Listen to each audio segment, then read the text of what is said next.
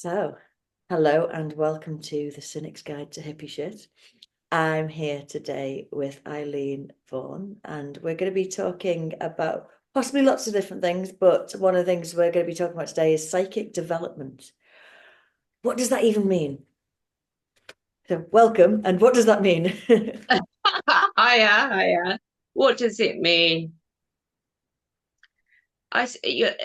The name, I suppose, in a roundabout term, has been given lots of different mm, analogies when somebody says it. They say, "Oh, it means that you're a medium, or it means that you can foretell the future." But really, the whole bottom line is actually about becoming one with yourself. In my opinion, by what I've seen, everyone has a little bit of self knowing and a little bit of knowing about what is going to happen in their lives. And we learn the ability to increase that knowing through psychic work.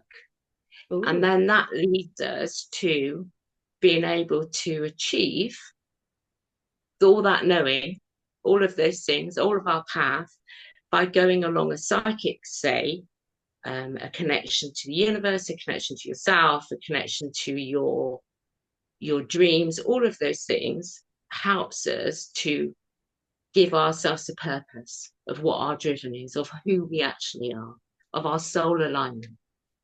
That's what to me, anyway.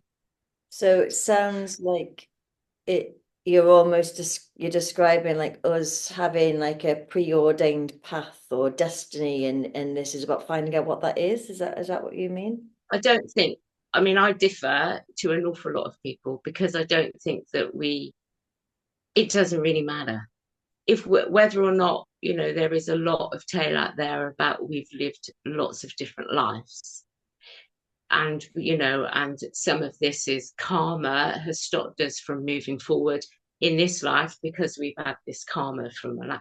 It doesn't really matter. What matters is here and now. Hmm. What we do with that, it doesn't matter. You are responsible, and you are in a position to be able to add all of these beautiful things within your life to help you have more of a connection. So it's nothing about past or that we've written this. I believe that the majority of us are born empathically. We are naturally empathic. Yes. And it is an increase to your senses. We're born with them. It's a natural thing within our spirit, within our soul. And we have been taught that we don't really listen to our inner voice, not as much.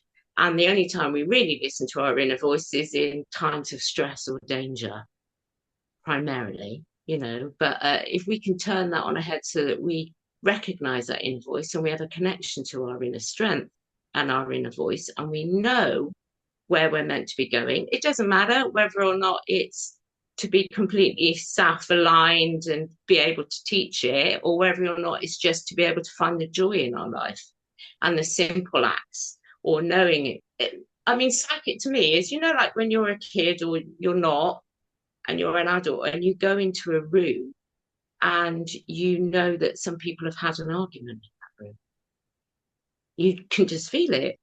So the psychic works on your senses, which we already have. It's just an increasing, it's learning how to zone into those parts of us that will give us extra warning or an extra joy within our life. To ultimately, for me, is to feel soul aligned, to feel our souls in mind and connected to our subconscious and our higher self. It's not about religion. I'm not religious. It is just about connecting to where we're meant to be. And how, yes, so how do we know where we're meant to be? That's such a huge question. I think that is a process. It's just a process. And where you're meant to be, I'm hoping will change as we go along. What you feel that you're meant to be aligned to, whether or not you're a healer. So you could look into Reiki or into quantum healing or any of the modalities that they're calling them. And that's your power to serve other people is through healing. Or you could be a medium, so there's lots of different ways. And then once you're in that, what tends to happen is people get stuck in that modality. Mm-hmm. So rather than being stuck and say, yes, I'm a healer, yes, I'm a medium, no, increase that. Increase your understanding of how all of that works. Because then you have, well, it just increases your healing, it increases your power of mediumship, it increases all of it. Because I believe we're all energy. So we can When you talk contact about and when you talk about being a medium, what does that mean? When I think about being a medium, I think about ghosts and things like that. Is that what we're talking about? yeah, medium is contact with potentially what one would say now is to contact the spirits of the dead. Yeah, that's how it's given. I mean, there are lots of other aspects of that because you can contact, I don't know, ghosts or maybe entities or things that have never ever been a physical form, So there is no timeline almost, you're not just here physically and then you die and that's it, there is no timeline. And like people talk about stuff that's affected you from the past, but there's also stuff that could affect you from the future, that there is no timeline. So if you're looking at it solely as a developing senses and developing an energy field within yourself, it's like an antennae that can pick up lots of different walks or different ways. We give all of these things, which I find a little bit frustrating, a name, and Yeah, we block ourselves into all of those things because we need to conform, yeah. really, or to give someone else an example of what that is. Yeah. So we were chatting earlier about cynicism, and saying I'm on a journey. I'm on a journey where I've gone from thinking that this was going to be a comedy to actually I'm really inspired by people, but I've still got this cynical head and a questioning head. And so there's a few words that you've said already that is kind of like, well, what if I don't believe in that? So like soul. I'm a bit on the fence about what is a soul. Do I believe that souls exist? Ghosts, spirits, things like that, I'm a bit on the fence about. And yet a lot of what you're saying already, I'm thinking, can I translate that into something that I can understand in a kind of psychology kind of way so that I can, I suppose what my question is, do I need to believe in souls and spirits and ghosts to benefit from the work that you do? No, no, you don't need to give it a name. You don't need to give it. You don't need to say, well, it's my great Aunt Edna is coming. You don't need to say that.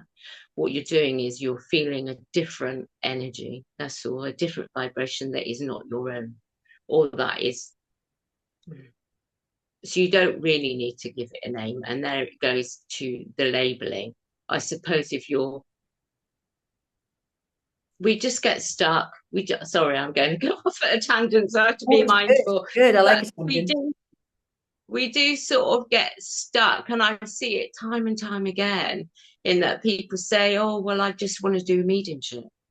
Well, it doesn't really work like that. It shouldn't work like that because if you imagine that like your body has an energy or vibration that it gives off, which is true, which is, in science, that's just the way it is. And it's an expansion of your vibration. So the more that it expands, the more it connects to all the other vibration of a table, of a person, and then it can go on further. So that is what psychic growth is, technically, is about expanding your own vibration, understanding it, knowing how it works, expanding it so that you can link to others, so that you can draw the joy or the benefit and know that it's a whole and not just separate. I don't know if that's answered your question. It probably hasn't. It's I'm still pondering. I'm still pondering, but I'm also really interested in what do you do with this with clients? So do you work one-to-one with people who would come to see you, and what kind of issues would people bring, and how do you help? Yeah, I mean, I do. I mean, I am looking at setting up a group, so it's group work, so Okay. that everyone can help each other, depending on different levels. You can still, it doesn't really matter. But I do at the moment, I do one-to-ones. And previous, all the way through my life, I've uh, done different evenings of where we'll help with meditation, or where you know, I don't know, do cards, learn how to do cards. It's Ooh, just about opening mm, your own expansion, really, and the things that are coming into that. So some of the clients that I work with, they have already modalities of where they're a healer, or they're a sound healer, or something akin to that, and don't really, and have just learnt that modality in that form, in that way that it is. But that doesn't really give enough. That doesn't allow for an expansion of all the other things that you need, really, in order to be able to say, well, it's very simple. All of this is really very simple, and we complicate it a lot because we go into one line of thinking and we get stuck in it. yeah. And throughout history, I mean, if you look at magic or alchemy or any of that, there has been so many books written, and there are old texts and whatever else. But then you shouldn't ever just read that text and say, well, that's it. That's the way it is. Yeah. It's a discovery. It's a discovery. And, depending on where you are in your life, whether or not that aligns for you at that time, Yeah. so it's sort of, that's what it is. But I like to think that one of the things that I've done, and through my teachings, whether or not it's been in a group, of past stuff, of where people come and then all of a sudden, one evening, they will just connect to themselves, to their higher consciousness. And there is this sense of peace and belonging. And it overfills them till it's like a complete center point.